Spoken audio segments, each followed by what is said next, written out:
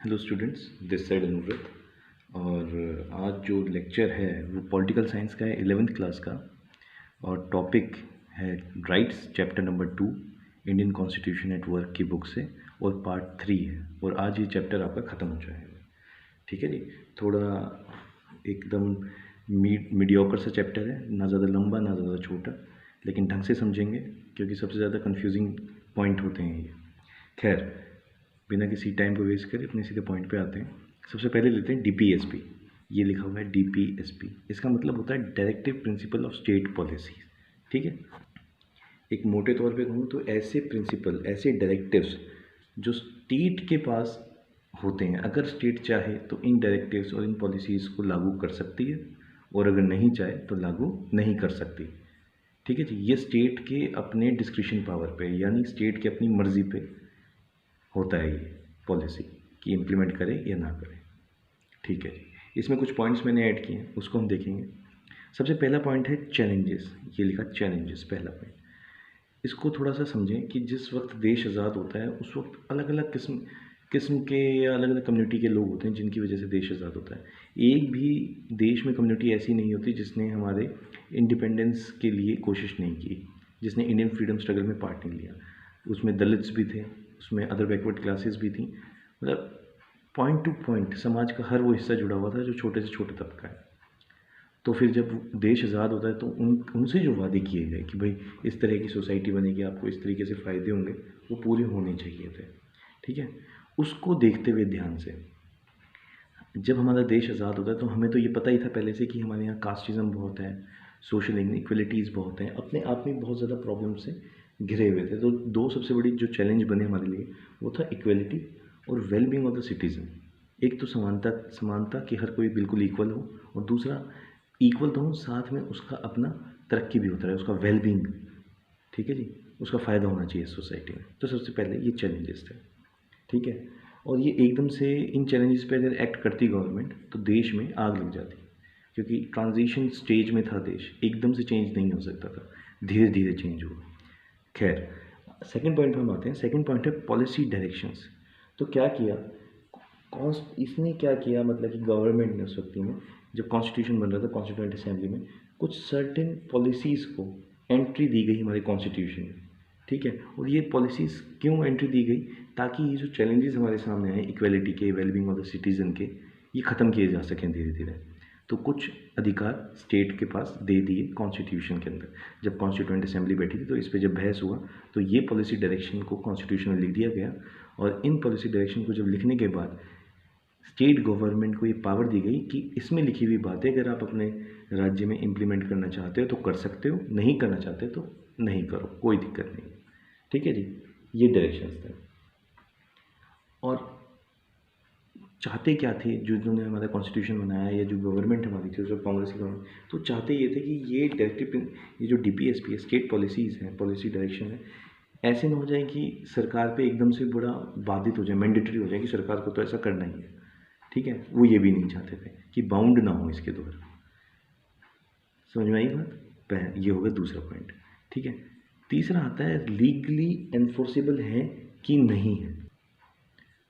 तो इसमें सिर्फ इतना ही कहूँगा कि लीगली एनफोर्सेबल, ये जैसे तीसरा पॉइंट है लीगली एनफोर्सेबल और नॉट, तो मैं ये बताना चाहूँगा बिल्कुल बुक के थ्रू कि लीगली एनफोर्सेबल नहीं है। जस्ट इमेजिन करें कि आपने कॉन्स्टिट्यूशन पढ़ा, डीपीएसपी की कुछ बातें आपको अच्छी लगी, कुछ पॉइंट्स अच्छे लगे, और सरकार से आपने गुहार लगाई कि भाई ये पॉइंट्स आप इम्प्लीमेंट कर दीजिए सोसाइटी में, स्टेट गवर्नमेंट में, और या फिर अपनी स्टेट में। स्टेट गवर्नमेंट ने कहा हम तो नहीं करते जी।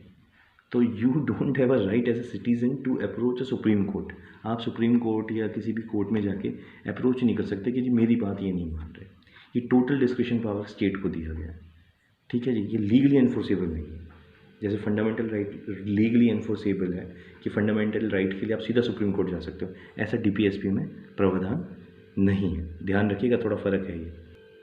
और इसके बाद जो फोर्थ पॉइंट आता है, वो फोर्थ पॉइंट है क्या जस्टिसेबल है या नहीं है, जस्टिसेबल और नॉट। क्या जस्टिसेबल यानी कॉन्स्टिट्यूशन में लिख दिया है तो क्या कोर्ट्स इसको ज़बरदस्ती लागू करवा सकते हैं, इम्प्लीमेंट करवा सकते हैं? बिल्कुल नहीं करवा सकते। ये जस्टिसेबल नहीं है। ये मैंने फिर कह रहा हूँ, निर्देश बेशक दे सकता है कोर्ट कि भाई आप इस चीज़ को लागू कर लें, लेकिन टोटल पावर स्टेट के पास है कि वो इस चीज़ को माने ना माने। एक छोटा सा एग्जांपल बताता हूँ आपको। जैसे काउ स्लॉटर, हमारे यहाँ गाय को पवित्र माना जाता है तो गाय की हत्या नहीं की जाती। राजस्थान में काउ स्लॉटर पे सज़ा है, यानी पनिशमेंट है। और कई ऐसे स्टेट हैं जहाँ काउ स्लॉटर पे कोई पनिशमेंट नहीं है। क्यों? क्योंकि काउ से रिलेटेड जो बात की गई है, काउ स्लॉटर से बात जो कही गई है, वो डीपीएसपी में है। तो इस स्टेट के डिस्क्रिप्शन में भाई स्टेट इसके ऊपर कानून बना के इसको पनिशेबल ऑफेंस करार कर दे या नहीं करे, ये पूरा डिस्क्रिप्शन पावर स्टेट के ऊपर। इसमें कोर्ट किसी भी तरीके का, मतलब किसी भी तरीके से इंटरफेयर नहीं कर सकता इस मामले में। और जिन्होंने हमारा कॉन्स्टिट्यूशन बताया यानी या बनाया, उन्होंने ये भी चाहत रखी कि ये जो directive principle of state policy हम हमें दे रहे हैं हम कॉन्स्टिट्यूशन में, आम आदमी कोशिश करे कि अपनी सरकार से इस चीज़ को लागू करवाएं इन बातों को। ठीक है जी, ये पूरी की पूरी जनता जनार्दन के ऊपर हमारे कॉन्स्टिट्यूंट असेंबली में जो लीडरान बैठे थे उन्होंने छोड़ दिया ये निर्णय। ठीक है जी, कि जब तक पब्लिक का प्रेशर नहीं जाएगा तब तक सरकार भी कुछ नहीं कर सकती। ठीक है जी, क्योंकि सरकार के नुमाइंदे भी इंसान ही होते हैं हमारी तरह। तो ध्यान रखिएगा, पूरा पब्लिक के ऊपर दे दी कि पब्लिक मोरलिटी और एथिक्स के तौर पे प्रेशर बना सकती है गवर्नमेंट के ऊपर कि आप डीपीएसपी में लिखी गई बातों को लागू करें, और इसी वजह से डीपीएसपी को कॉन्स्टिट्यूशन में जगह भी दी गई। ठीक है जी, तो ये था हमारा फर्स्ट पॉइंट, मैंने आपको बता दिया डीपीएसपी का। चलेंगे अब सेकंड पॉइंट में, भाई इस डीपीएसपी के कंटेंट्स क्या हैं, क्या क्या चीज़ें हैं इसके अंदर, है क्या चीज़ है। तो आपको दिख रहा होगा सेकंड पॉइंट, डीपीएसपी, एक सेकंड बस ये मिलता है। ठीक है, डायरेक्टिव प्रिंसिपल कंटेंट। तो सबसे पहले तो है गोल्स और ऑब्जेक्टिव क्या है इस डायरेक्टिव प्रिंसिपल, क्या चाहते हैं ये। डीपीएसपी में सोसाइटी के भले के लिए जो गोल्स दिए गए हैं और ऑब्जेक्टिव्स हैं उनका लागू करना डीपीएसपी में लिखा हुआ है, किस तरीके से लागू होंगे। गोल्स लिख दिए हैं कि भाई इस तरीके से आपको इन गोल्स को इम्प्लीमेंट करके लागू करना है सोसाइटी में, और धीरे धीरे उन पर रूल्स एंड रेगुलेशन बनाने हैं। और इन गोल्स को जब आप लागू कर देंगे, इम्प्लीमेंट कर देंगे, तो इनका ऑब्जेक्टिव अचीव हो जाएगा, जो इनसे हम चाहते हैं लेना वो चीज़ हमें मिल जाएगी। ठीक है जी, सेकेंड पॉइंट, सेकेंड जो चीज़ लिखी है वो है certain rights that individual have apart from fundamental rights. Fundamental rights के अलावा कुछ राइट्स भी इस डीपीएसपी में दिए गए हैं। ठीक है जी, इसको भी आगे पढ़ेंगे क्या क्या राइट्स हैं, कैसे कैसे ये आएंगे। और तीसरा पॉइंट है policy adoption by government. Government के लिए कुछ हिदायतें, कुछ एडवाइसेस दी गई हैं, भाई इन चीज़ों पे आप पॉलिसी बनाएं। ठीक है, और पूरा मैकेनिज्म दे दिया कि इस पे आपको पॉलिसी बनानी है। For an example cow slaughter ही उठा लें आप दोबारा एग्जांपल में, काउ स्लॉटर के ऊपर पूरा का पूरा कानून बनाया हुआ है। ठीक है, कि काउ स्लॉटर नहीं होना चाहिए, काउ के ऊपर एट्रोसिटी नहीं होनी चाहिए। इसके ऊपर पूरा पॉलिसी कौन बनाएगा, गवर्नमेंट। बात किसने, बेस किसने दे दिया, डीपीएसपी ने। ठीक है जी, ये समझ में आ गया होगा मेरे ख्याल से आपको। सेकंड पॉइंट पे आते हैं abolition of bills. Abolition bills, कुछ ऐसे बिल्स दिए गए जिसके तहत हमने कई चीज़ों को एबॉलिश किया। फॉर एन एग्जांपल ज़मींदारी को हमने एबॉलिश किया कि ज़मींदारी सिस्टम नहीं रहेगा इंडिया में। हमारे बैंकों का राष्ट्रीयकरण हुआ जिसको हम इंग्लिश में कहते हैं नेशनलाइजेशन ऑफ बैंक, इसी पॉइंट के अंदर आया। ठीक है जी, इसके अलावा हमने कई बड़ी बड़ी कंपनी फैक्ट्रीज़ को पकड़ा जहाँ पे मिनिमम वेज नहीं मिल रहा था, वहाँ के मज़दूरों को मिनिमम तनख्वाह जिसे कहते हैं, वेतन कहते हैं, वो नहीं मिल रहा था, उनको पकड़ा। कॉटेज इंडस्ट्री में, स्मॉल इंडस्ट्रीज़ में। ठीक है, और हमने जब पकड़ा तो उनके ऊपर एक्शन भी लिया, और उससे हुआ क्या, हमने प्रमोट किया कि आप अगर इस तरीके से काम नहीं करोगे तो आपको पकड़ लिया जाएगा।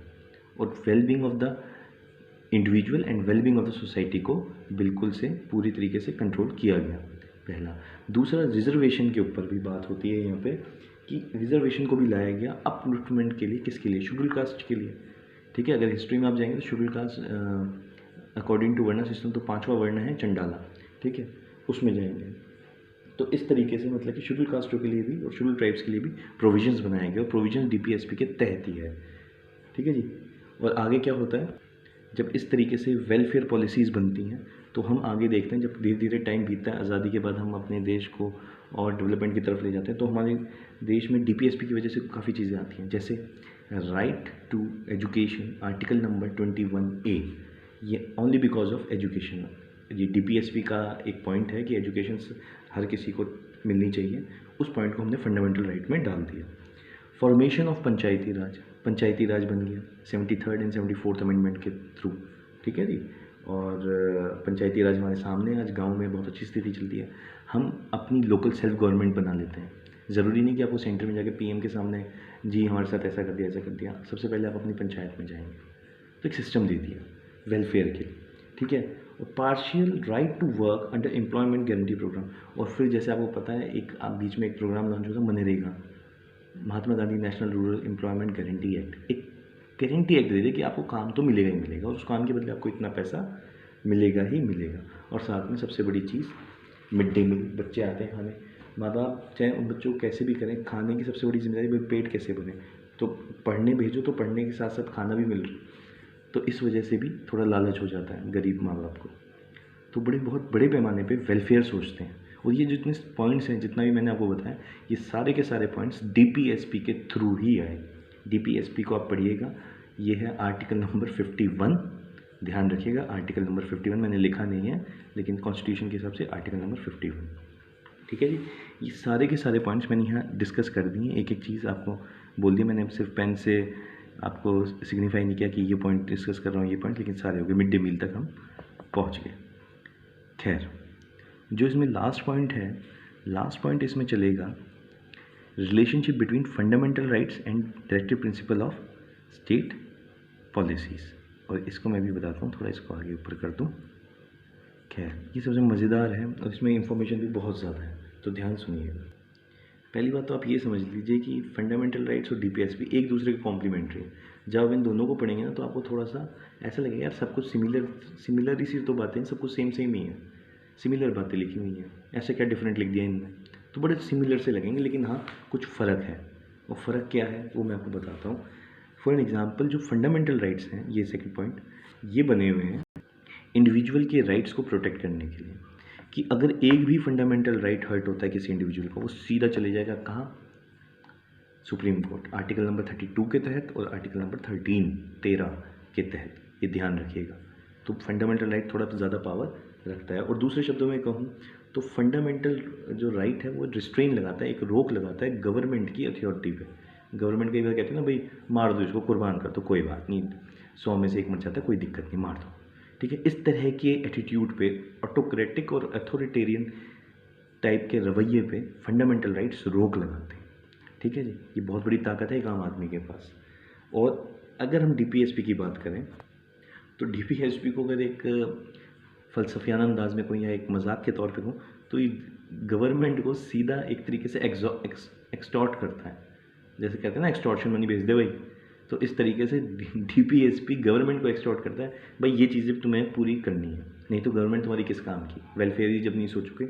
गवर्नमेंट होती है वेलफेयर के लिए, सोसाइटी और पीपल के, इंडिविजुअल के लिए, लेकिन तुम इसी चीज़ पे काम नहीं करोगे तो क्या करोगे। तो एक तरीके से ब्लैकमेलिंग सा करता है सिस्टम डीपीएसपी का।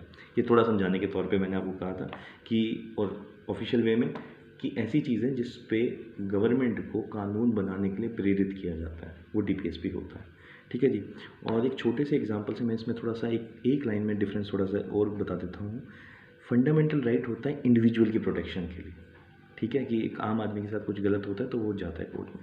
और ये डीपीएसपी जिसको हम directive principle of state policies कहते हैं, ये होता है वेलबींग ऑफ एंटायर सोसाइटी के लिए, सारी सोसाइटी के वेलबींग के लिए, इंडिविजुअल के लिए सिर्फ नहीं होता, ये ध्यान रखिएगा, ठीक है।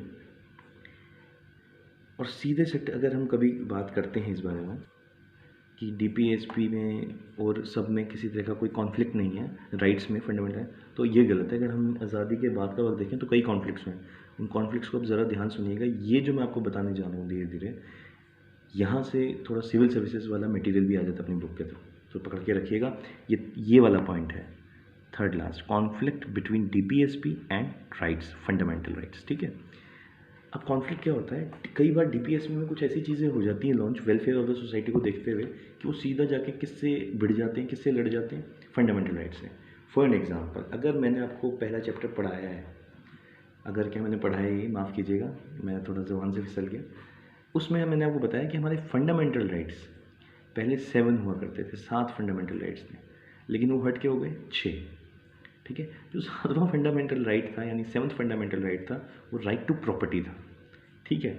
और जब जैसे ही डीपीएसपी के बिल को अबॉलिश किया जाता है तो ज़मींदारी सिस्टम को हटा देते हैं। अब ज़मींदारी सिस्टम को आप जैसे ही अबॉलिश कर देंगे तो ज़मींदारों के हाथों से क्या चली जाएगी, ज़मीन चली जाएगी, और जब ज़मीन चली जाएगी उनके हाथों से तो वो सीधा कोर्ट में पहुंच जाएंगे अपने फंडामेंटल राइट को लेके, जो कि 19 तब आर्टिकल नंबर 19 ब्रैकेट 1 में था ये राइट टू प्रॉपर्टी का। इसके खिलाफ पहुंच गया कि जी कैसे कर दिया इन्होंने, ये तो हमारे फंडामेंटल राइट का हनन है, ये तो सीधा ही हम पे चोट कर दी है इन्होंने इस तरीके से। इसमें बहुत लंबी कहानी है, मैं इन पर्सन लेक्चर में बताऊंगा कि कितना इसमें ड्रामा क्रिएट होता है, ठीक है। लेकिन उससे पहले बस आप थोड़ा इसका छू छू के इस पर निकलो भाई, क्या क्या टच करो इस टॉपिक। तो पहुंच जाते हैं ज़मींदार कि भाई ऐसे कैसे कर दिए इन्होंने। तो एक तो कॉन्फ्लिक्ट आपको पता लग गया, डीपीएसपी के द्वारा या डीपीएसपी के थ्रू हमने वेलफेयर ऑफ द सोसाइटी के लिए ज़मींदारी सिस्टम को ख़त्म किया। तो ज़मींदार उठ के पहुँच के कोर्ट में कि हमारे फंडामेंटल राइट को हर्ट किया जा रहा है, ठीक है जी। तो इन दोनों के बीच में फिर लड़ाई होती है, डीपीएसपी और फंडामेंटल राइट के बीच में। तो इसका रिज़ल्ट क्या निकलता है? रिज़ल्ट ये निकलता है कि गवर्नमेंट या जिस सरकार के तहत हम रहते हैं, सरकार वेलफेयर ऑफ द सोसाइटी को देखेगी, ना कि किसी इंडिविजुअल की इंटरेस्ट को। भाई ज़मींदार कुछ एक सेक्शन ही तो होगा, उसके पर्टिकुलर इंटरेस्ट के लिए एक 2 to 3% कम्युनिटी के लिए आप पूरी 18 अराउंड 98-97% जनसंख्या को बिल्कुल मार दो भूखो, ऐसा नहीं हो सकता था। तो बड़ा इस पर क्लैश होता है। और छोटे से एग्जांपल से आपको बता देता हूँ, थोड़ा टच कर देता हूँ आपको।